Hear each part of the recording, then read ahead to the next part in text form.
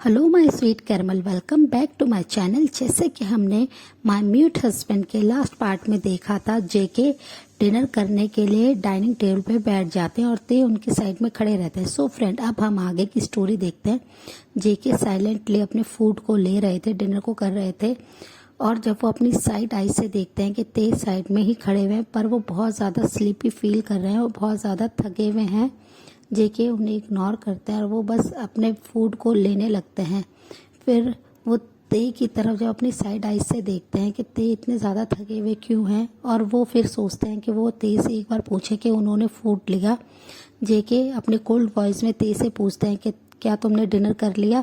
ते बस अपने सर को झुकाए हुए खड़े होते हैं और वो बहुत ही स्लोली ना में अपने हेड को शेक करते हैं, जिसे देखकर जेके उनसे कहते हैं कि तुम भी अपना डिनर कर सकते हो। ते जैसे ही चेयर पे बैठने वाले होते हैं, तभी जेके उनसे अपनी कोल्ड वॉइस में कहते हैं कि मेरे साथ बैठ के तुम डिनर नहीं कर सकते, तुम जाके किचन में अपना डिनर कर लेना मेरे डिनर करने के बाद। और वो ये कहकर ते की तरफ देखने लगते हैं। ते बस उनकी तरफ देखते हैं और वो चुपचाप से सीट से खड़े हो जाते हैं और वो साइड में जाके अपने हेड को नीचे करके खड़े रहते हैं। जब जेके का डिनर कंप्लीट हो जाता है, जेके ते से कहते हैं कि इन डिशेस को क्लीन कर दो, और वो ये कहते हुए जल्दी से अपने स्टडी रूम में आ जाता है अपने कुछ वर्क को करने के लिए। ते बस जल्दी जल्दी सारे डिशेस को क्लीन करते हैं। वो इतने ज़्यादा टायर्ड होते हैं कि वो बिल्कुल भी अपना डिनर नहीं करते हैं, कोई फूड नहीं लेते और जल्दी से जाके बेडरूम में वो अपने क्लोथ्स को भी चेंज नहीं करते और जाके बेड पे लेट जाते हैं। वो बहुत ज़्यादा थक गए थे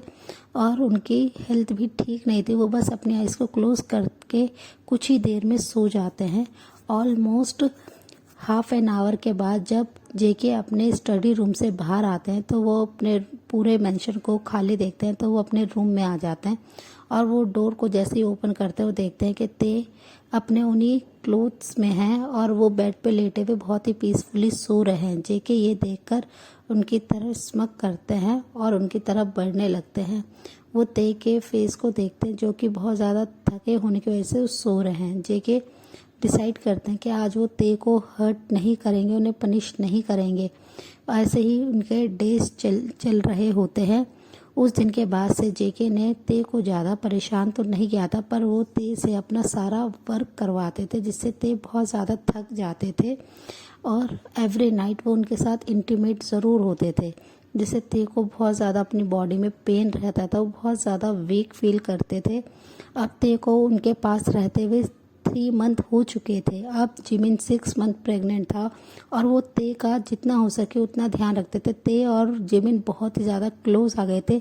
जिमिन ते का एक बड़े भाई की तरह हर वक्त ध्यान रखते थे और वो जेके से भी ते को प्रोटेक्ट करते थे। उनसे जितना हो सके वो हमेशा ते की हेल्प करते थे उनके सारे वर्क में। अब ते बहुत ही अच्छी कुकिंग करना सीख गए थे, वो सारा वर्क करते थे। वो बस उस मेंशन में रहते थे और वो किसी से कोई बात नहीं करते थे। अब थोड़ा थोड़ा जिमिन और शुगा भी उनके साइन लैंग्वेज सीखने लगे थे, उन्हें समझ में आने लगी थी ते की बातें, और उनके मॉम डैड उनसे मिलने आते थे। अब कोई भी उन्हें नहीं रोकता था।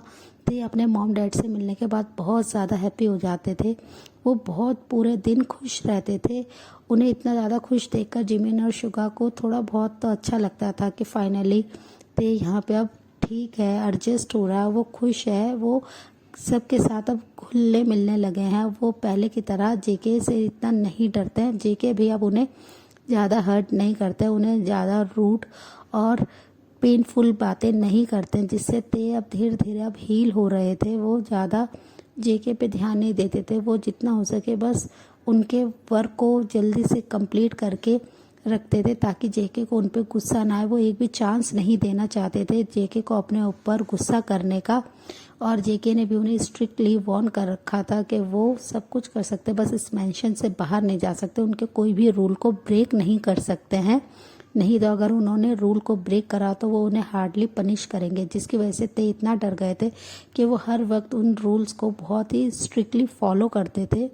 वो सुबह अर्ली मॉर्निंग उठ के जेके के लिए सारा फूड रेडी करते थे और उनके जितने भी वर्क होते थे ते उनके लिए रेडी करके रखते थे। और वो जब तक जेके नाइट में घर नहीं आते थे मेंशन, वो उनके लिए काउच पे बैठे लिविंग एरिया में वेट ही करते रहते थे, जिसे देखकर जेके के ईगो को अब सेटिस्फेक्शन मिल रहा था कि वो अब थोड़ा थोड़ा चेंज होने लगे थे। वो ते के लिए थोड़ा सा सॉफ्ट कॉर्नर उनके मन में आने लगा था। वो ते के लिए जो उनके मन में प्यार है उसे वो फील करने लगे थे। ते के लिए वो अट्रैक्ट होने लगे थे। ते के पास मोबाइल है ये भी जेके को पता था, पर उन्हें ये जान के खुशी थी कि ते बस अपने पेरेंट्स से ही बात करते हैं। जेके भी धीरे धीरे अब अपने ही कंपनी में साइन लैंग्वेज बुक से सीखने की ट्राई कर रहे थे। वो अब ते की बातें, ते की भाषा सीखना चाहते थे। वो ते से बात करना चाहते थे, क्योंकि ते उनके लिए एक बिल्कुल एंजल की तरह था जो बस उनके पास रहे। वो बस अपने पास ते को कैप्चर करके रखना चाहते थे कि ते की हर एक मोमेंट, हर एक चीज़ सिर्फ उनकी हो और किसी की ना हो। और इस वजह से वो ते को लेके बहुत ज़्यादा पॉजिटिव हो गए थे। ऐसे ही कुछ डेज जाने के बाद आज जिन के साथ ते के जो स्कूल के प्रिंसिपल हैं मिस्टर बोगम उनसे मिलने के लिए आते हैं कि ते इतने दिन से कोई भी अपनी अपडेट नहीं दे रहे हैं। वो आके बच्चों को कोई भी स्टडी नहीं करा रहे हैं और सब स्टूडेंट उन्हें बहुत ज़्यादा मिस कर रहे हैं। ये सब सुनकर ते थोड़े से सैड हो जाते हैं। बोगम उनसे बहुत सारी साइन लैंग्वेज में बातें कर रहे थे और ते भी उनके साथ बहुत ज़्यादा कंफर्टेबल थे। जिन अपने सन को इतना ज़्यादा कंफर्टेबल देख के आज उन्हें काफ़ी ज़्यादा अच्छा लग रहा था। ते उनके साथ बहुत सारी बातें कर रहे थे। बार बार बोगम उनसे बोल रहे थे कि तुम्हारे स्टूडेंट तुम्हें बहुत ज़्यादा मिस करते हैं। ते तुम आके ज़रूर स्कूल ज्वाइन करो। तुम पूरा दिन घर में सिर्फ बोर ही तो होते हो। तुम्हें एक बार यहाँ पे आना चाहिए। पर ते उन्हें मना कर रहे होते हैं कि उनके हस्बैंड को पसंद नहीं है, इसलिए उन्होंने वो जॉब को ड्रॉप कर दिया। पर वो उन सबको बहुत ज़्यादा मिस करते हैं और ये सब बातें वो अपनी साइन लैंग्वेज में उनसे कह रहे थे। बोगम ते को कहीं ना कहीं बहुत ज़्यादा पसंद करते हैं। वो ते को अपना पार्टनर बनाना चाहते थे, जिसके बारे में जेके को कुछ भी नहीं पता था। ते बोगम और जिन से बात करते बहुत ज़्यादा खुश थे। वहाँ पे जिमिन भी बैठे हुए थे। जिमिन अब अपने बिग टमी के साथ थोड़ा चलने फिरने में उन्हें थोड़ी सी दिक्कत होती थी। वो काफ़ी देर से उनके साथ बैठे हुए थे, बातें कर रहे थे। अब जिमिन को अपने थोड़ा सा पैरों में दर्द होने लगता है, तब वो ते की तरफ देखते हैं। ते उनसे इशारों में पूछते हैं हियोंग आप ठीक तो है ना। तो जिमिन उनसे साइन लैंग्वेज में कहते हैं कि नहीं, मेरे लेग्स में बहुत ज़्यादा पेन हो रहा है ते, तुम क्या मुझे मेरे रूम तक छोड़ के आ सकते हो। ये सुनते ही ते स्माइल करते हैं और वो जल्दी से जिमिन के पास आ जाते हैं और जिमिन की हेल्प करते हुए उनके रूम में लेके जाते हैं। वो उन्हें बेड पे आराम से लिटा देते हैं और उनके पैरों को रब करने लगते हैं, मसाज देने लगते हैं, जिससे जिमिन उनसे मना करते हैं और कहते हैं कि नहीं, तुम जाओ, तुम्हारी मॉम और तुम्हारे फ्रेंड आए हुए हैं, तुम उनके साथ जाके बातें करो। और मेरे को उनसे मिलकर बहुत अच्छा लगा, तुम बहुत लकी होते, तुम्हारे से इतना ज़्यादा लोग प्यार करते हैं। और वो ये कहते हुए ते के चिक पे अपने हैंड को रखते हैं और कहते हैं तुम बहुत स्वीट हो और तुम हमेशा ऐसे ही रहना। और वो स्माइल करते, ते भी उनकी तरफ स्माइल करते हैं।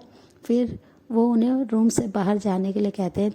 कुछ ही देर में जिमिन अपने आइज़ को क्लोज करके सो जाते हैं। ते उनके साथ लिविंग एरिया में आ जाते हैं। वो बैठ के बहुत सारी बातें कर रहे होते हैं। जिन बहुत टाइम बाद अपने सन को इतना ज़्यादा हैप्पी देख के वो बहुत ज़्यादा खुश होते हैं और वो ते से बोलते हैं कि ते अब तुम यहाँ पे ठीक हो ना, कंफर्टेबल हो ना। तो ते स्माइल करते हुए यस कह देते हैं और जिन उनसे कहते हैं कि बहुत जल्दी तुम हमारे पास आ जाओगे और तुम फिर से अपना स्कूल ज्वाइन कर सकते हो, तुम जो चाहे वो कर सकते होते, तुम्हें फिर यहाँ पे ऐसे कैप्चर होके नहीं रहना होगा। ये सुनकर ते एक फोर्सफुली स्माइल करते हैं और अपने मॉम के हैंड को अपने हैंड में लेते हुए रब करते हैं और वो बस उनकी तरफ फोर्सफुली स्माइल करके देख रहे होते हैं, जो कि जिन समझ जाते हैं कि ते अपने पेन को छुपा रहे हैं।